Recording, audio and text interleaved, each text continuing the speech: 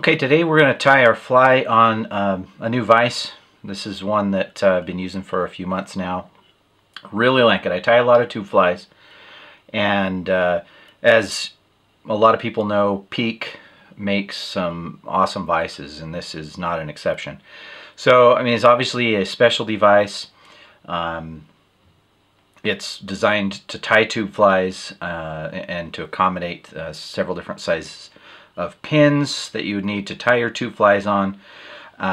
So it's not necessarily your beginner vise or one that you would be tying on exclusively unless you're focusing on tubes. But so just really quickly, a word about the vise. It does have a collet style jaw. It's not really a jaw per se, but the idea would be that you've got several different sized pins, and these are tapered pins, and they're meant to go into the jaws here, the collet, and then this can clamp down. So just to kind of show you, I've got the beginning part of this deflectinator, and so just like you would a drill or anything like that that's got a collet style jaw, you can hold the collar here and then open up the jaws a little bit, and then you just simply hold that in place and tighten it down. And then once it's tightened, we've got everything in place, and you can just tie.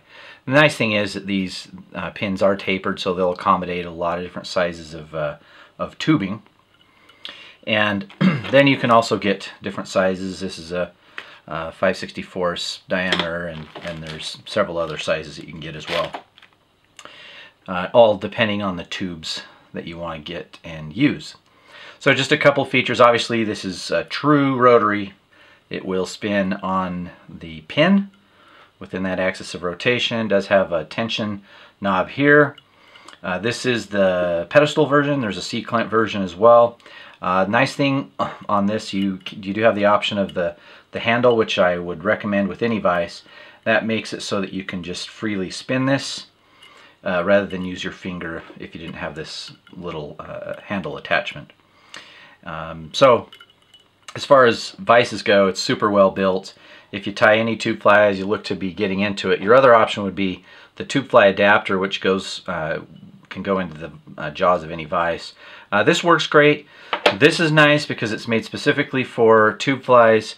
The axis of rotation there is spot on, and this holds better than this style of adapter. And so again, if you're tying a lot of flies, this would be a good one.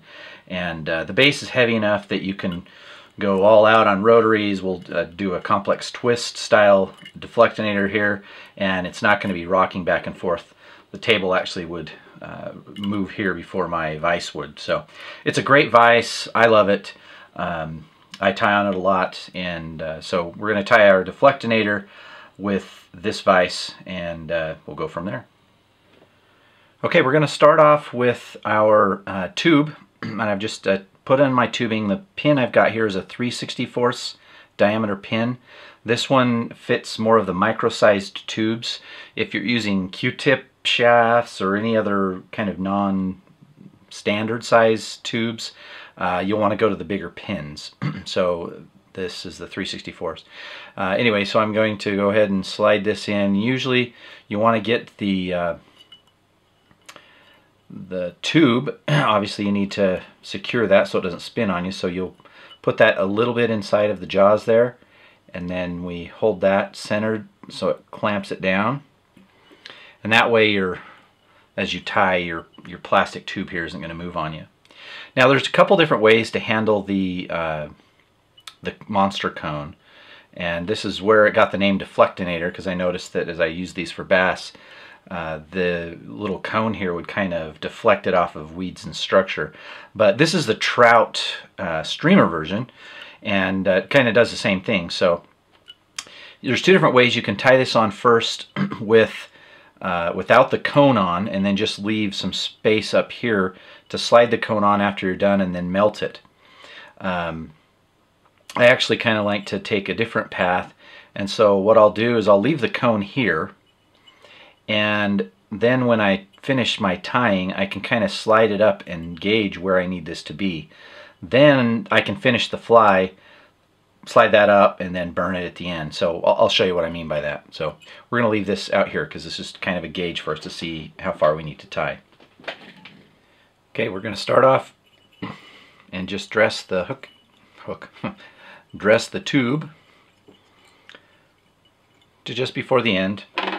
You don't want to go all the way back because we need to fit some junction tubing over this at the end, but we do have some back up in there.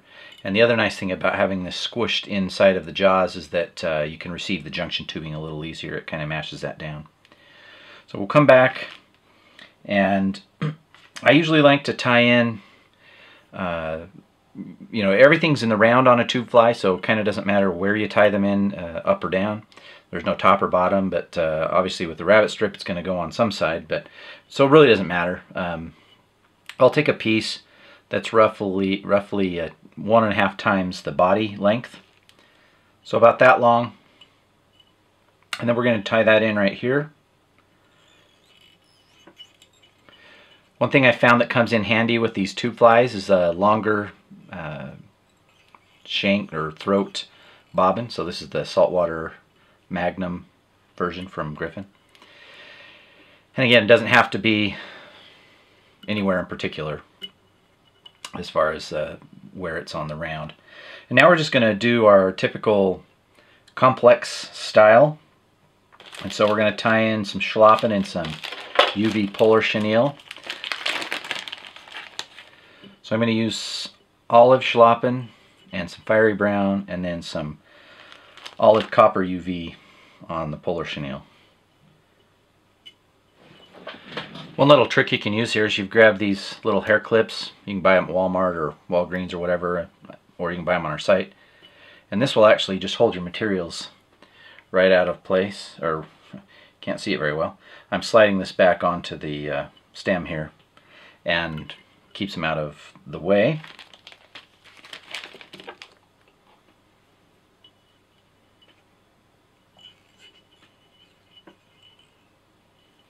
Okay, now that we've got everything tied in, I grab my gator grip, and I'm just going to come to the end where all the materials are joined. Grab them with the gator grip, then take your turbo dubbing spinner, hook that on, and then we'll give that a couple little turns. And as we do, we need to brush that out a little so that they don't bind all the way down before we spin it more. Okay, there we've got our twist loop, and I can move my thread back up to the end here. Again, remember you need to leave yourself some space here because we have to burn, when we pull this over, we need to burn this so that it keeps that tight on there, plus we're going to glue it in here. So I want to end back up in this neighborhood here. And then we'll just go ahead and really quickly wrap this up. Now I want to leave a little bit of space even before that ending point because I'm going to build up a little head. So we'll leave that a little short. Now you can brush this out as you go, but I found that I can just be super fast with this and it'll brush out just the same. So throw that away. Come in here and we'll pull back some of these fibers. So again, one of the reasons I like to have the cone here is because I can gauge whether or not I'm still kind of in the neighborhood here. And then grab the little brush again and we're going to tease out these fibers.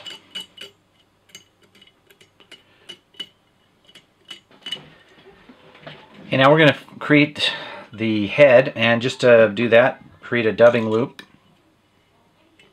and about 2 times the length of the body, or 1.5, somewhere in there. Just depends on what kind of dubbing you use. I'm going to use some of this Arizona diamond dub, and this is really good stuff. It's got, you know, kind of that ice dub factor going on, and then it's also really buggy and it brushes out really well. So I'm just going to create a nice little dubbing loop. This is the ice blue brown color.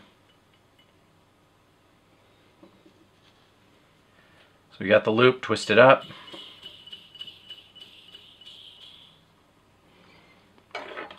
And I like to brush this out before I spin it too.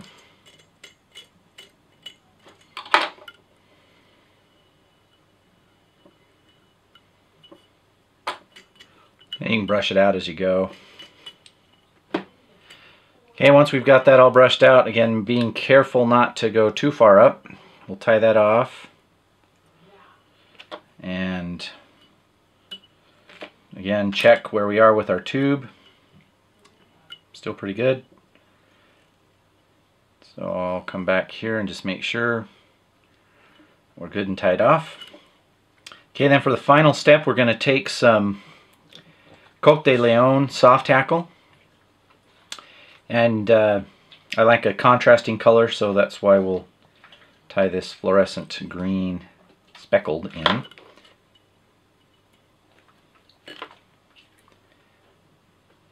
And then we'll just take a couple 3 wraps here, right behind where the monster cone is going to be, and just brush that back as we go.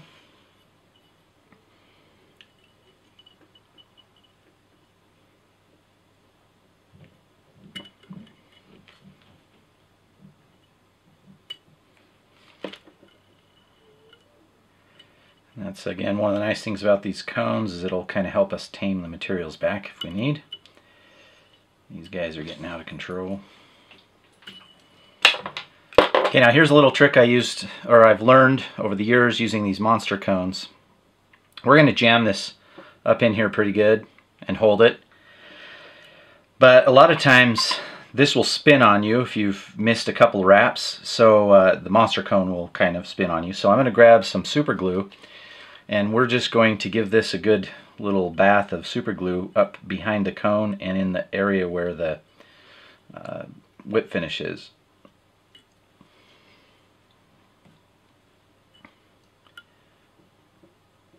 And then I'm going to push that up in there, spin that around a bit, and then just kind of keep some pressure on there.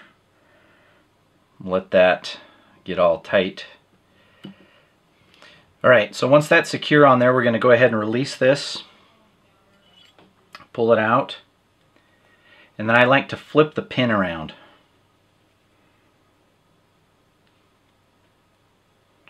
So that this end of the pin is up. And then what I'll do is just right at the end of there, this is where we're going to burn that plastic lip back.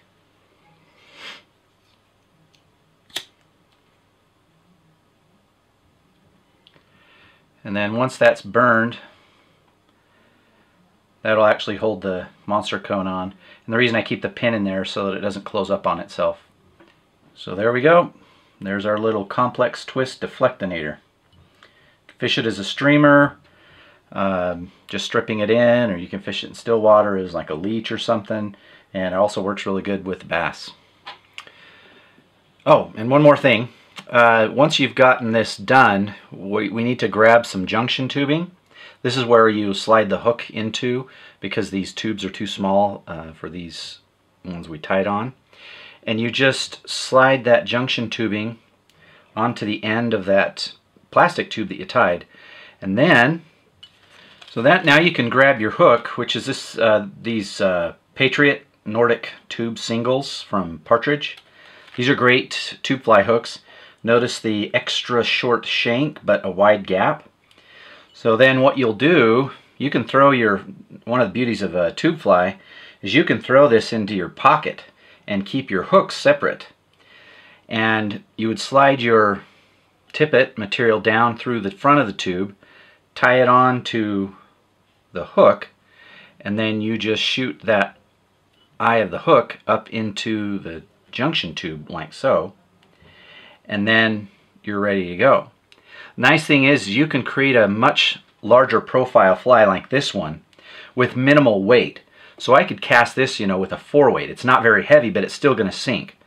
And for added weight, if you need to, you can add some of the copper tubing or even a heavier size cone or tube, or cone or monster cone, regular cone or monster cone to this. But the nice thing is when you're done, pop off your hook. This can go back into a bag, or I use a plastic bag to hold my tube flies. And then your hooks just go in a hook bag or whatever, and then you can just put them in your pocket. They're really nice. So there you go.